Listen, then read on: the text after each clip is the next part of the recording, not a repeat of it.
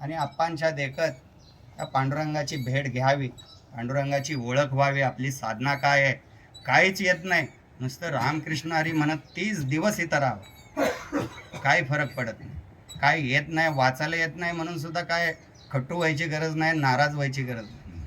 ज्ञानोबारायांना अनुभव होता, सगळेच वाचणारे येतील असं नाही. आणि वाचणारे सगळे तर कुठे इथं येतात सांगा बरं? श्रावण महिन्यात सगळ्यांनाच वाचायला येतं असे सगळे येतात का इथं? त्यापेक्षा न वाचता आलेले चांगले. रामकृष्ण हरी म्हणत तर बसतील, हरिपाठाल तर थांबतील, संध्याकाळी कीर्तन आहे. आणि दादांचं पुढचं ब्रह्मवाक्य हे दादांनी सांगितलं की श्रावण महिना तर पंढरपुरात आलंय, संध्याकाळी कीर्तन होतंय, पण ह्याला कुठेतरी कमीपणाची झालर दादांच्या नजरेला दिसत होती. आणि त्यांनी सांगितलं की 30 दिवस मी 30 गावांना देतो.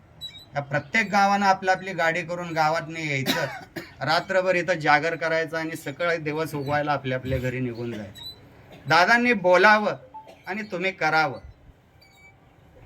कुठलीच गोष्ट दादांची तुम्ही वाया घालवलेली नाहीये.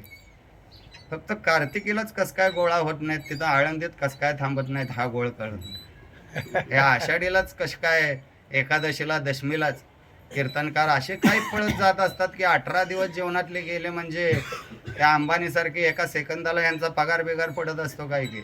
अंबानी बघा तुम्ही, एका सेकंदाला ₹1,00,000 मिळवतो. त्यानं एक हितनं पळून जाणं बरोबर आहे, पण आपल्याला काय गावात काम आहे सांगा? काय असं मिळवून आपण गावात जाऊन 1-2 दिवसात मिळवणार? का आपण वर्षानुवर्ष या काल्याला टाळतोय? का आपण वर्षानुवर्ष पौर्णिमेलाच कार्तिकीला येतोय आणि सप्तमीला आळंदीतनं पळून जातो? साधकाने एकदा तरी हा विचार करावा, हा विचार आपल्या मनामध्ये यावा, ही पांडुरंग चरणी प्रार्थना करून आजची झालेली सेवा पूर्णविराम. कुंडली गौरदा